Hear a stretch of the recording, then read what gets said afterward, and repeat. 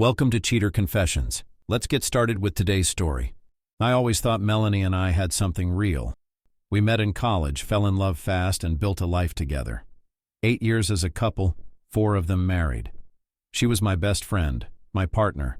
We had traditions. Friday movie nights, lazy Sunday mornings with coffee in bed, spontaneous weekend trips. It wasn't perfect, but what marriage is. Melanie was social, warm, the kind of person who lit up a room. I loved that about her.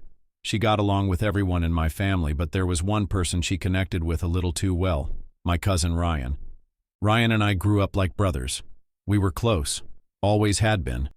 So when Melanie got along with him, I thought it was great. It made family gatherings easier, more fun. I never had a reason to doubt her, at least not in the beginning. It started as little things. Whenever we had family get-togethers, Melanie and Ryan always ended up in their own world, laughing, whispering, lost in conversation. She'd text him now and then, casual stuff, or so I thought. And sometimes she'd mention how she had coffee with him when she was out running errands. I never questioned it. Why would I? He was my cousin. She was my wife. Then came that night. We were at my parents' house for a family barbecue. It was a normal evening. Grilled steaks, cold beers, my dad telling the same old stories. At some point, Melanie got up and said she was going to grab something from the kitchen. A minute later, Ryan followed her. I didn't think much of it at first, but after a couple of minutes, I realized they hadn't come back. Something in my gut told me to check. I walked into the kitchen, and there they were, standing close. Too close. When they saw me, they pulled away instantly, like 2 teenagers caught sneaking around. Melanie faked a smile while Ryan cleared his throat. "Hey, Derek," she said too casually. "Just grabbing some extra napkins." Ryan nodded, stuffing his hands in his pockets. "Yeah, just helping." She wouldn't meet my eyes. Ryan suddenly looked uncomfortable. Something wasn't right, but I brushed it off. That was my first mistake. Back at the table, I started noticing it. The quick glances, the small smiles. When someone made a joke, Melanie looked at him first before laughing. When she reached for her drink, Ryan's eyes followed her just a second too long. It wasn't obvious, but it was there. When we got back home, my mind was still racing with what I had seen. I tried to let it go, but it stuck with me. Ryan was family. Melanie was my wife. No way they would do something like that. I convinced myself I was being paranoid, and for a while I believed it. Until the evening I came home early. I had left work a few hours ahead of schedule. It was one of those rare days when everything wrapped up quickly. I was excited. Maybe Melanie and I could have a nice dinner, maybe even go out for a movie like we used to. I walked into the house, setting my keys on the table, and that's when I heard it. Her voice. She was in our bedroom talking on the phone, her tone soft, affectionate. I was about to call out to her, but then I heard something that made my blood run cold. "I miss you, Ryan," she said. A pause. Then a soft, almost playful laugh. "I can't wait to see you again. You know how hard it is being around him and pretending?" I froze, my stomach twisted into knots. I stepped closer to the bedroom door. My heart was pounding so hard I thought she'd hear it. Then I said her name. "Melanie?" For a moment, nothing. Then a rustling sound like she was scrambling to hide something. I stepped inside, and there she was, sitting on the edge of our bed, phone in her hand. Her face drained of color as soon as she saw me. "Who were you talking to?" I asked, my voice even, controlled. She blinked, swallowed hard, then forced a smile. Just Sarah. We were making plans for next weekend." I held her gaze, waiting to see if she'd crack. But she didn't. I knew the truth. I had heard her. I knew exactly who she had been talking to. But I didn't push. Not yet. I just nodded. "Okay." She let out a breath, probably thinking she got away with it. That night I sat in the living room, pretending to watch TV, but my mind was somewhere else. This wasn't just suspicion anymore. It was fact. I had caught her in a lie, and she didn't even hesitate. I glanced toward the bedroom. She was in there, probably texting him, maybe laughing to herself about how easily I had bought her excuse. I swallowed hard. No, not this time. I waited. Hours passed, but I didn't move. I listened as Melanie got ready for bed, heard the soft rustle of the sheets as she slipped under the covers. Eventually, her breathing slowed, steady and deep. She was asleep. Now was my chance. Moving quietly, my heart hammering in my chest, I reached for her phone on the nightstand. It was face down, almost like she had deliberately placed it that way. I hesitated for half a second before picking it up.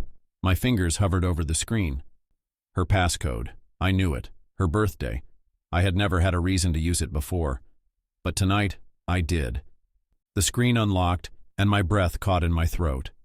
My hands shook as I opened her messages and began scrolling. At first, it was nothing. Group chats, conversations with coworkers, messages from friends. But then, I saw his name. Ryan. My stomach dropped. I tapped on the conversation, and the first message I saw sent a chill through me. I miss you already. I gripped the phone tighter. Scrolling further, my eyes scanned over texts that made my blood run cold. Today was torture. Watching you with him. Having to act normal, Ryan wrote. I know. I wanted to sneak away with you so badly, Melanie responded. Just 2 more days. Then it's just us, he added. I can't wait. I need you, she texted back. My pulse pounded in my ears as my fingers kept scrolling, unable to stop. It was all there. Inside jokes, stolen moments, longing messages exchanged in the middle of the night. They talked about me. About how she felt trapped. About how being with Ryan made her feel alive. Each word cut deeper, twisting like a knife in my gut. I felt like I was suffocating, like the walls were closing in around me. My stomach churned, a sickening weight settling in my chest. I wanted to throw up, to erase everything I had just seen, but there was no undoing it. They had been having an affair for over a year and a half. While I kissed her goodnight, while I planned a future with her, while I believed we were happy, she had been sneaking around with my cousin. I put the phone down slowly, like it was something poisonous, something that had just infected my entire life. I turned to look at her sleeping face in the dim light. She looked so peaceful, so content, like she hadn't just ripped my heart out. My jaw clenched as I forced myself to breathe, studying the storm building inside me. I had my proof. There was no more doubt, no more wondering. Now I just needed a plan. Because in 2 days she and Ryan were meeting again, and I was going to catch them in the act. The day of their meeting finally came. That evening, Melanie was all smiles. She moved around the kitchen like nothing was wrong, humming softly as she poured herself a glass of wine. She kissed me goodbye like every other evening, like she wasn't about to go betray me. I'm meeting Sarah for dinner, she said casually, slipping on her jacket by the door. I might be home late, so don't wait up. I forced a smile. Sounds good. She had no idea. I watched her leave, my heart pounding. The second the door shut behind her, my fake smile dropped. I grabbed my keys and followed. She drove downtown, taking a familiar route. I stayed at a safe distance, keeping my breathing steady, forcing myself to control the anger simmering beneath the surface. She pulled into a small, dimly lit bar, the kind of place no one would think twice about. A place where 2 people could sit close, whisper, laugh, touch, without drawing suspicion. And there he was, Ryan, already there, waiting for her. She parked and got out of the car, walking toward the entrance with an excited bounce in her step. I pulled into a spot across the street and turned off the car. My pulse pounded in my ears as I reached for my phone. If I had even the slightest doubt left, it ended the second she stepped inside. Because the moment she spotted him, her entire face lit up. She looked at him the way she used to look at me. They sat in a corner booth, leaning in, completely lost in their own world. He reached for her hand and she let him take it without hesitation. I started recording.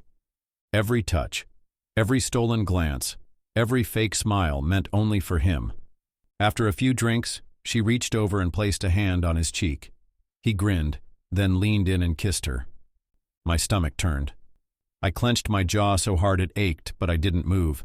I just snapped the pictures, photo after photo, undeniable proof. She pulled away first, biting her lip, whispering something in his ear. He laughed. They didn't just look like 2 people sneaking around. They looked in love. I exhaled slowly, forcing my breathing to steady. This wasn't some fleeting mistake. This was deliberate. They finished their drinks and left together. I watched as they walked out side by side, her arm brushing against his. When they reached her car, she pulled him into another kiss. I took more photos.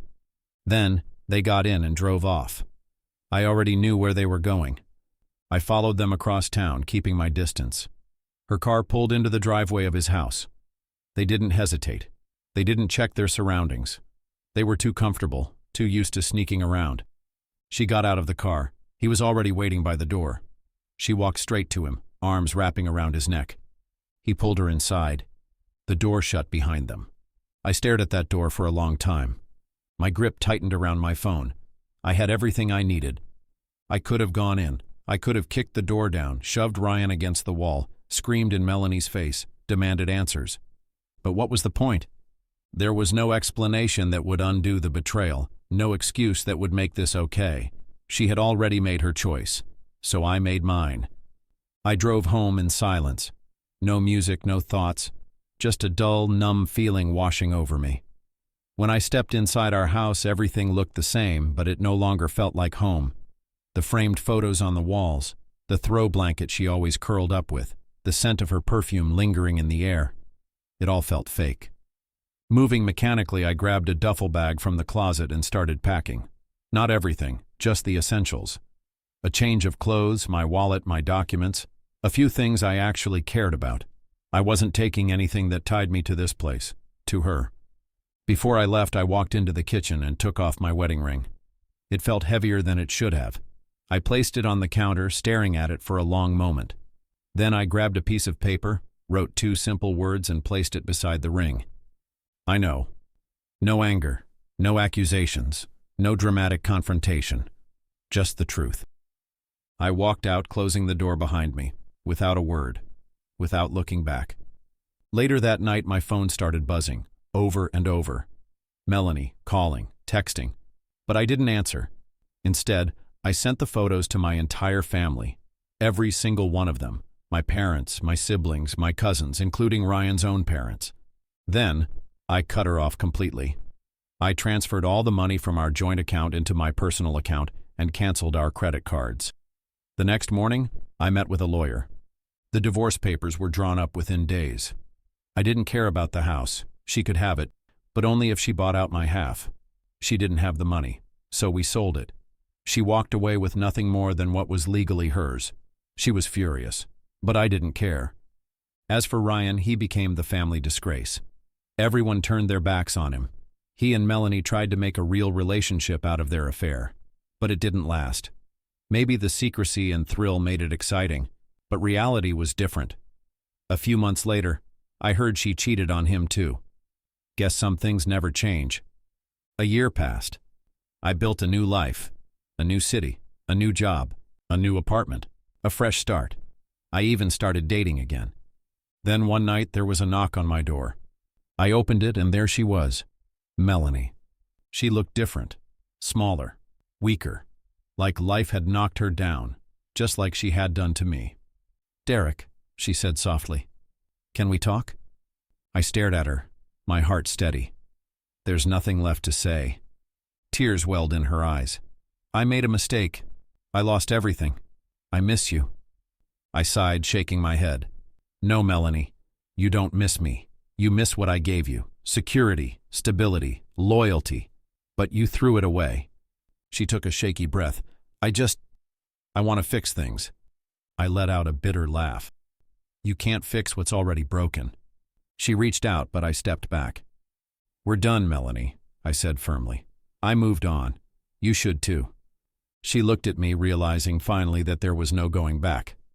I shut the door, and that was the last time I ever saw her. Thank you for watching.